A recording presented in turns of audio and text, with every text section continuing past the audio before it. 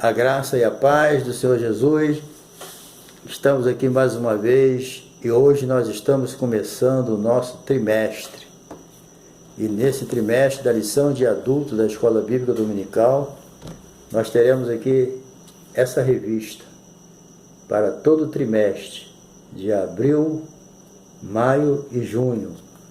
E hoje, nós temos aí o título A Igreja Eleita.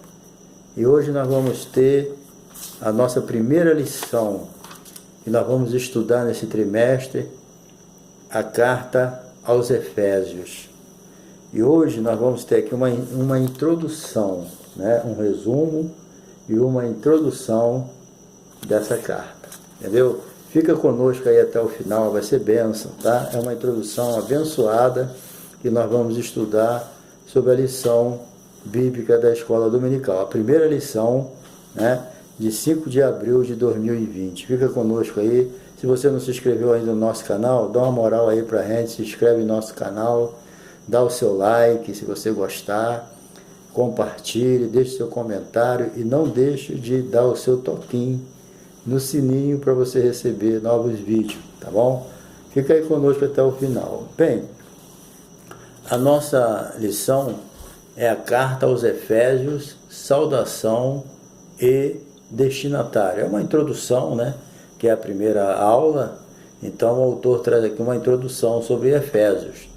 E o nosso texto áureo está em Efésios capítulo 1, versículo 2, que diz: a vós a graça e paz da parte de Deus, nosso Pai, e da do Senhor Jesus Cristo. E aí, a verdade prática, ela fala, a Epístola aos Efésios revela o propósito eterno de Deus para a Igreja de Cristo. Então nós vamos estudar isso, é uma síntese, nós vamos estudar durante esse trimestre, é uma revelação profunda que Deus deu ao apóstolo Paulo, revelando a ele o propósito de Deus, para com a Igreja. Esse propósito está revelado aqui nessa epístola, então vai ser muito importante para nós.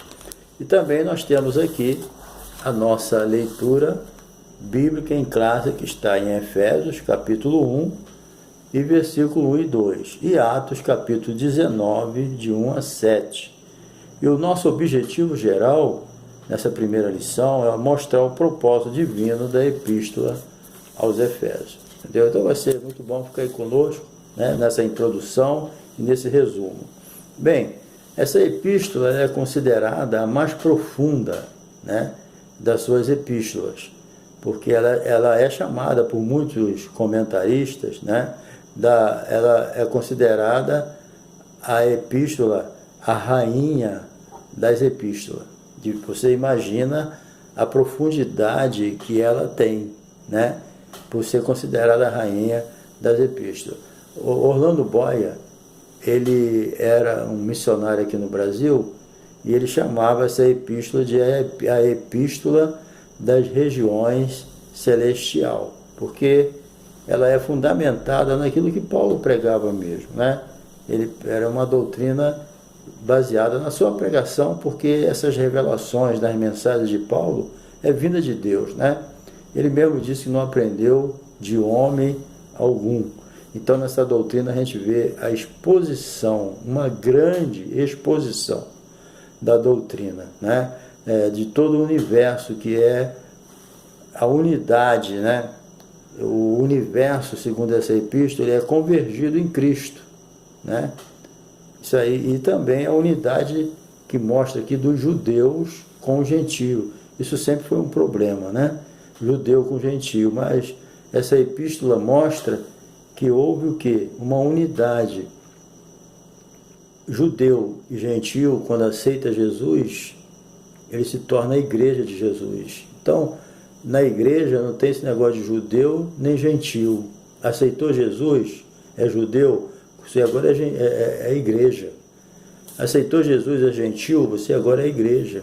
Então, o que Jesus fez na cruz? Ele uniu judeu e gentio, fazendo de dois povos, judeu e gentio, um povo só, a igreja. Entendeu? Isso aí é muito importante a gente entender, que não há divisão no corpo de Cristo, que é a igreja. Ok? Bem, também, né, nessa epístola mostra o propósito de Deus, tanto agora como para a eternidade. Essa epístola mostra, eu digo, com muita clareza, o propósito de Deus para a igreja no mundo que nós vivemos, agora no presente, e também mostra o propósito da igreja na eternidade. Isso é importante, né? Então nós vamos estudar tudo isso durante esse trimestre. Vai ser bênção, né? E também, certo? Essa epístola ela está dividida em duas sessões. A primeira é doutrinária, doutrina profunda. E a segunda é prática, certo? Porque ele está escrevendo como um pastor, né? Então ele apresenta a profundidade da doutrina, mas ele também apresenta a vida prática no dia a dia. E todos nós estamos no mundo, estamos vivendo no mundo. E a Bíblia ensina como nós devemos viver nesse mundo. Por isso que Paulo entra na parte prática, porque é a orientação do Espírito Santo. Então, essa epístola, com certeza, sem nenhuma dúvida, quando você lê, você percebe isso, ela é uma das mais profundas revelações divinas que Deus deu ao apóstolo Paulo. Entendeu? Por isso que ele disse, eu não recebi nem aprendi de homem algum. Não é que ele despreza ou desprezava, né, o aprendizado com outras pessoas, que nós aprendemos com os outros, né? Não tem jeito. Mas essas revelações profundas que ele recebeu, né, dessa união de gentil com o judeu, Cristo cabeça, a igreja o corpo, arrebatamento da igreja, a grande tribulação, isso aí ele recebeu de Deus, ele não aprendeu isso numa escola judaica, não. Isso aí são revelações profundas. Ele disse que foi até o terceiro céu, e lá no terceiro céu ele ouviu palavras inefáveis que ao homem não é ilícito ele falar. Entendeu? Então ele recebeu coisas profundas, né, vinda pelo Espírito Santo, como é a salvação. Então são coisas tremendas. Quando você lê essa epístola de Paulo aos Efésios, você percebe que o Espírito Santo foi fundo ali, revelando coisas tremendas que é tão necessária para nós hoje. Entendeu? Aqui também essa epístola mostra como que nós fomos redimidos e como nós devemos ser redimidos. Entendeu? Mostra como eu fui salvo e mostra também como eu devo viver como salvo. Que a questão não é só ser salvo, a questão é viver como salvo, que é a parte mais importante, né, da nossa vida. E também a expressão que você vai muito encontrar nessa epístola é a expressão em Cristo, entendeu? Essa expressão, ela é citada nas suas 13 epístolas, ela é citada 106 vezes. Só nessa epístola, ele cita essa palavra em Cristo 36 vezes. É muito importante essa palavra em Cristo. Fora de Cristo, por isso que Jesus falou, sem mim nada podeis fazer. O que somos nós fora de Cristo, sem Jesus na nossa vida, né? Nós não vamos muito longe, não vamos a lugar nenhum, certo? Então, nessa epístola também está revelado todo o propósito propósito eterno, certo? De Deus para com a igreja por intermédio de Jesus, certo? Então, nós fomos comprados por bom preço, certo? A Bíblia diz que nós não fomos comprados mediante as coisas corruptíveis, como prata, ouro, não. Nós fomos resgatados da nossa escravidão espiritual. Nós fomos tirados do mercado de escravo da qual Satanás comandava, né? Não mediante o resgate, não foi mediante as coisas corruptíveis, nem dinheiro, nem prata, nem ouro, mas nós fomos resgatados pelo precioso sangue de Jesus. Quando Jesus morreu lá na cruz, derramou seu sangue, ele pagou o preço da nossa alma, que estava na mão do diabo, entendeu? Nós nascemos pecadores, então nós fomos resgatados. Então nessa epístola revela, né, o propósito eterno de Deus para com a igreja através de Jesus Cristo. Sem Jesus, nada feito, certo? Então, continuando aqui o nosso resumo, aqui nós vamos ver a autoria, data, né? Como era de costume, né, na época, o apóstolo Paulo, ele começava sempre a epístola se declarando a sua identidade. Paulo, servo do Senhor, Paulo, ele sempre começa se identificando para os seus destinatários. Entendeu? Toda a carta que Paulo escrevia, ele escrevia se identificando quem é que estava escrevendo. E essa aqui não é uma exceção, entendeu?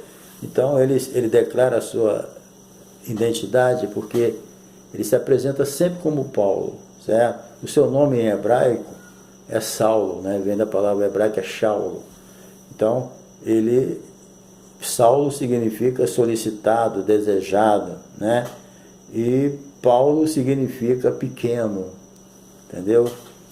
Ele devia ser pequeno mesmo, né? No tamanho, mas era um gigante espiritual, certo?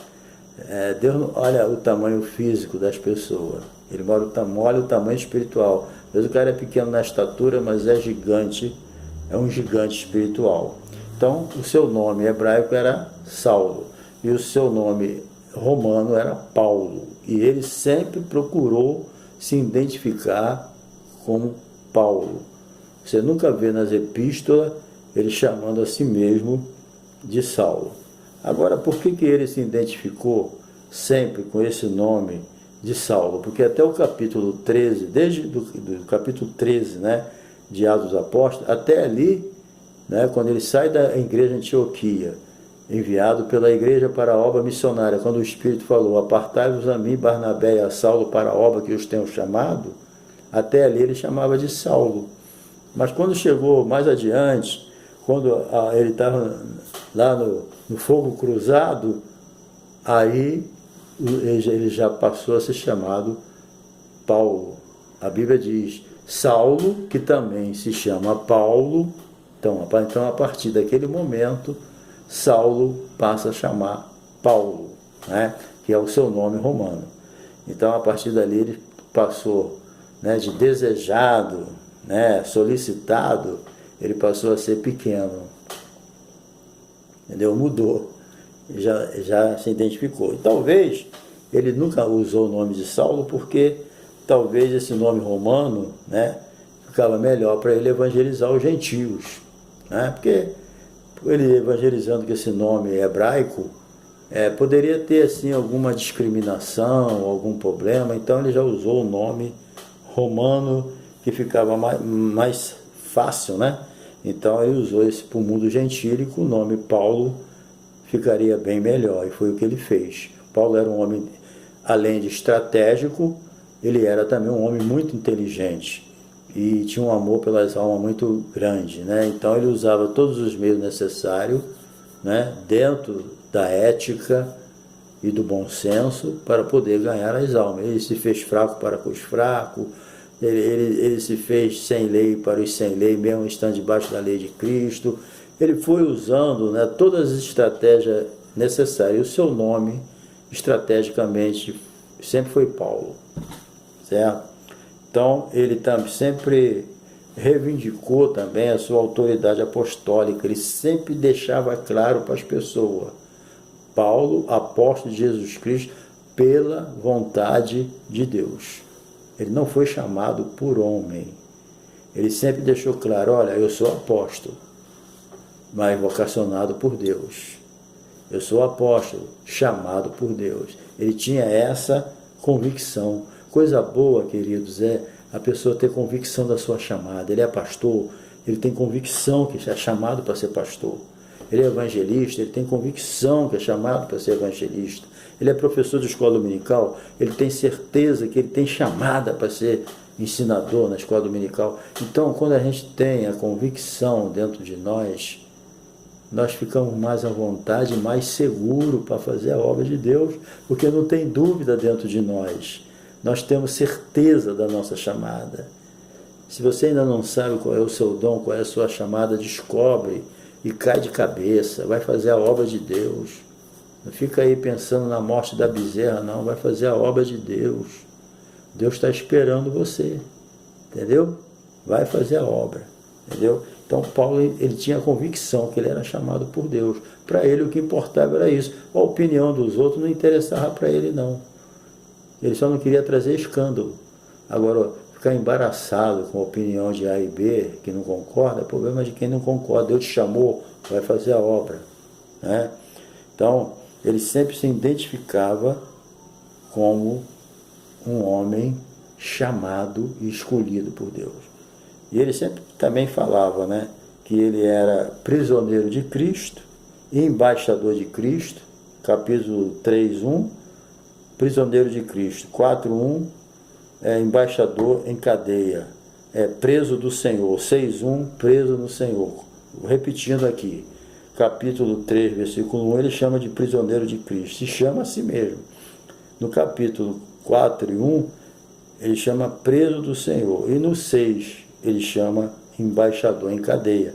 Então isso deixa claro que ele estava preso não como um malfeitor, mas porque pregava o Evangelho. Mostra aí que ele, quando escreveu essa epístola, ele estava preso em Roma, numa cadeia domiciliar. No último capítulo de Atos, você vai ver ali o apóstolo Paulo com toda a liberdade, preso, né, com um soldado ali, mas com toda a liberdade para ensinar a palavra durante 2 anos inteiro, sem perturbação. E lá ele pôde escrever Efésios, Filipenses, Colossenses e Filemão. Entendeu? Você vê a liberdade que Deus deu. Ele estava preso, mas com toda a liberdade de evangelizar, tanto judeu como gentil, e todo mundo que quisesse podia visitá-lo. Timóteo foi um que visitou ele várias vezes. Bem, a data dessa epístola, né, primeiramente a gente sabe que ele, após realizar 3 viagens missionárias, né, e plantar várias igrejas ali naquela região e circunvizinhança ali, Paulo esteve na prisão domiciliar em Roma, e isso aí tudo se imagina mais ou menos, né, foi a data da escrita deve ter sido de 61 a 62 depois de Cristo. Porque os escritores naquela época, eles não se ligavam muito em data, né? Hoje, tudo que a gente faz, a gente coloca data. Vai escrever uma carta, é data. Tudo que você faz, você se preocupa com a data. E quando a gente vai ver qualquer coisa na internet ou em outro lugar, a gente se preocupa com a data. Mas os escritores do Velho Testamento, os escritores do Novo Testamento, eles não tinham nenhuma preocupação com data. Aí seria muito bom, né? Se a gente tivesse igual hoje, aquela sequência de data, ia ser muito bom para a gente estudar melhor. Mas a gente não sabe, às vezes a gente acha que uma epístola foi escrita primeiro e ela foi escrita por último, né? Então tem esses detalhes. Então muitas vezes a gente sabe mais ou menos a data das coisas, por vezes por um ato especial, uma festa ou qualquer atividade que chamasse atenção, tá? Bem, agora os destinatários aqui, foi destinado à cidade de Éfeso, né?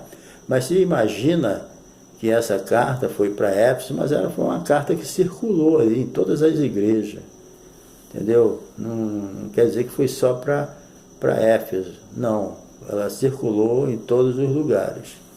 Se imagina isso, né? Então, a cidade de Éfeso agora, nós vamos agora para a cidade. A cidade, ela foi fundada por volta do ano 1050, né, antes de Cristo, e ela se tornou um centro político, comercial, religioso, né, da Ásia Menor, que hoje é a Turquia, né?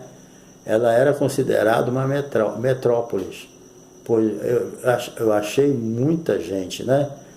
500.000 pessoas, ou 500.000 habitantes, tinha a cidade de Éfeso.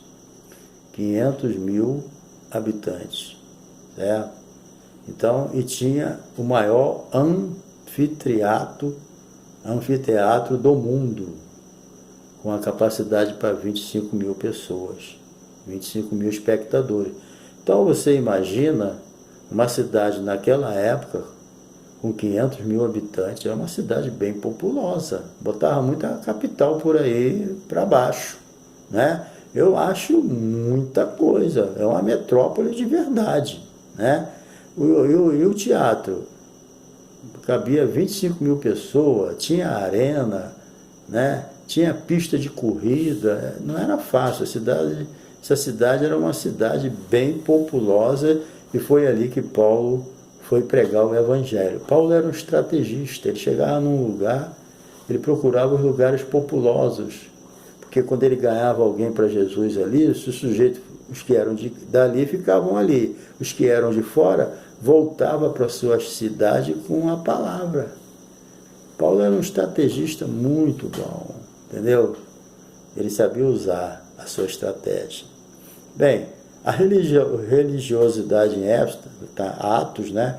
Capítulo 19, versículo 27 e 29. Aliás, é bom você ler Atos, o capítulo 19 todo de Atos. É muito importante, certo? Tratando-se da religiosidade, tinha ali o templo de Artemis, né? O templo da Diana, né? A chamada Diana dos Efésios, né? A deusa da fertilidade, entendeu? A economia dependia dos milhares de turistas que visitavam aquela cidade por causa daquele templo, entendeu? O templo da Diana, a deusa daquela cidade. Então, veja bem, a sua maior fonte de renda era o comércio de nichos, entendeu? E o apóstolo Paulo, ele praticamente faliu essa fonte de renda. Por isso que eles odiavam ele com a pregação do evangelho. Nicho podia ser um tipo de uma caixa de prata com o formato de um templo, onde eles colocavam uma estátua ali. E eles ganhavam muito dinheiro fabricando isso. Mas aí Paulo começou a pregar o evangelho, eles começaram a aceitar Jesus e foram abandonando a sua idolatria e foi quebrando a fonte de renda da cidade. Então o povo se reuniu, se revoltou, esse tal de Paulo está acabando com o nosso comércio, porque a fonte de renda, todo mundo está aceitando Jesus, ninguém mais quer comprar as nossas imagens. Aí houve aquela revolta naquela cidade por causa disso. Na verdade, Paulo quebrou, né, aquela firma, aqueles fabricantes que não tinham mais para quem vender, porque todo mundo estava se tornando cristão. Paulo não era brincadeira, né? Bem, a igreja de Éfeso, Paulo ele evangelizou Éfeso, os seus arredores, durante 3 anos. Dizem que por isso que a igreja era uma boa igreja, não tinha muitos problemas. Todo problema toda igreja tem, né? Mas tinha mesmo, não era como a igreja de Corinto, que ele ficou só 1 ano e 6 meses. Aqui ele ficou 3 anos, né? É o dobro praticamente, né? E ele chegou em Éfeso, ele encontrou ali 12 discípulos. E ele conversou com os discípulos, perguntando se eles conheciam o Espírito Santo, já tinham recebido. Ele falou, nem sei quem é esse tal do Espírito Santo, na linguagem deles, né? Aí Paulo explicou a ele e tal, orou por ele, impôs as mãos, todos os 12 foram batizados com o Espírito Santo. Que maravilha! Começaram a falar em línguas, falar em mistério com Deus, foram batizados com o Espírito Santo. Está tudo isso lá no livro de Atos dos Apóstolos, ok? Então todos foram batizados com o Espírito Santo. Ele também evangelizou judeus na sinagoga durante 3 meses, porque toda aquela cidade, me parece só Filipos que não tinha sinagoga, se eu não me engano. Mas todas as demais cidades ao redor, elas tinham uma sinagoga. Os judeus cumpriram bem esse papel, né? Botaram a base lá e espalhou a sinagoga pelo mundo todo. E Paulo, o primeiro lugar que ele ia era para a sinagoga. Ele ficou lá 3 meses, né, pregando, mas a resistência foi muita, ele saiu fora, voltou para os gentios, para pregar para os gentios, alugou um salão e toda tarde ele estava na escola de Tirano. Atos 19, 9, tu lê isso lá. E Paulo foi usado e ousado por Deus, que até os lenços e os aventais eram usados para curar e expulsar demônios. A Bíblia diz que Paulo fazia maravilhas extraordinárias, né? Então você vê que ele era muito usado por Deus. Então Paulo, as pessoas pegavam os lenços e os aventais dele. Quer dizer, isso aqui não é uma doutrina, não existe a doutrina estabelecida de que você tem que pegar lenço e avental de alguma pessoa que é usado para curar. Deus pode até fazer isso, certo? Mas não é uma doutrina, isso é um fato que aconteceu, que a Bíblia está narrando, né? Não podemos botar uma doutrina aqui, certo? Mas Deus também pode fazer isso que ele fez naquele tempo, porque na verdade não era lenço nem avental que curava, quem curava era Deus, através da fé das pessoas. Então, grandes líderes também passaram pela igreja de Éfeso, como Timóteo, Priscila, Áquila e até o apóstolo João, né, passou por lá também, segundo os patriarcas da igreja, os pais da igreja, né, em suas epístolas eles mencionam João também como pastor lá em Éfeso, já bem velhinho, certo? Agora a saudação epistolar da epístola, porque parece que existia naquele tempo uma diferença de carta para epístola. Carta era uma coisa que só quem podia abrir é o dono. Agora, epístola, qualquer pessoa podia ler. Hoje não existe mais isso, era naquele tempo, certo? Saudação, parece que a epístola de Efésios é a mais curta, a sua saudação. O propósito da mensagem, vamos aqui, o propósito, sem abordar tema específico, né? O problema, como na igreja de Coríntios, ele traz alguma solução para alguns problemas, né? Porque alguns novos convertidos, eles tinham vindo da magia negra, do espiritismo, desses mistérios aí, né? E também de uma vida devassa, nem você lê na epístola. Então Paulo está mostrando aí que a partir do momento que eles aceitaram Jesus, a vida deles estava no controle de Jesus. Agora Deus é que controlava a vida deles. Então eles tinham que entender isso, certo? E assimilando essa nova vida, ou seja, mudando o seu estilo de vida. O estilo de vida deles agora era diferente. Então, também os cristãos novos que vieram da imoralidade, da bebedeira, uma vez salvos, eles tinham que adotar um novo estilo de vida.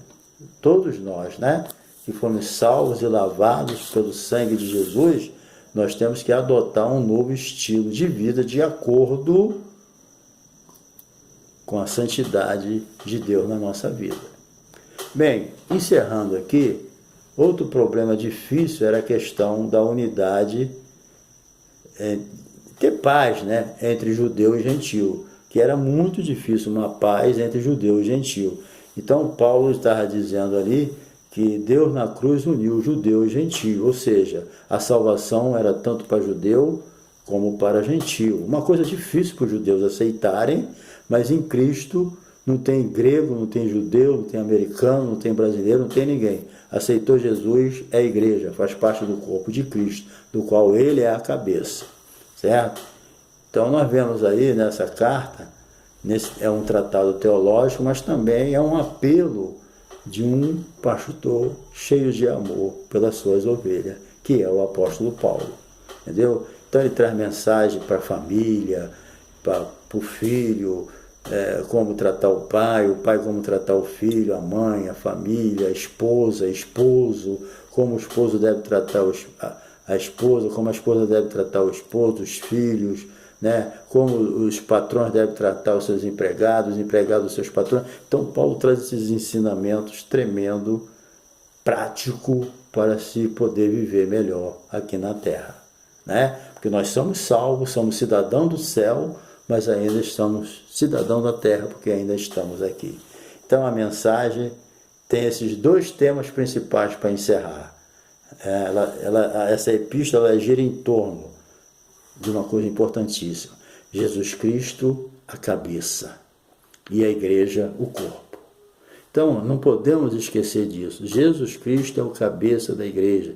É ele que comanda a igreja. Ninguém comanda a igreja a não ser Jesus. Ele é o cabeça e nós somos o corpo da igreja. Então, querido, que Deus te abençoe, que você faça um bom proveito dessa aula. É a primeira aula que nós estamos tendo, nós temos mais 12 aulas pela frente, vai ser bênção, tá bom? Deus te abençoe. Se você gostou desse vídeo, se inscreva, dá o seu like aí, entendeu? Deixa teu comentário, ajuda a gente aí a continuar ministrando a palavra de Deus, porque a nossa finalidade é essa, é ministrar a palavra de Deus, tá bom? Deus te abençoe.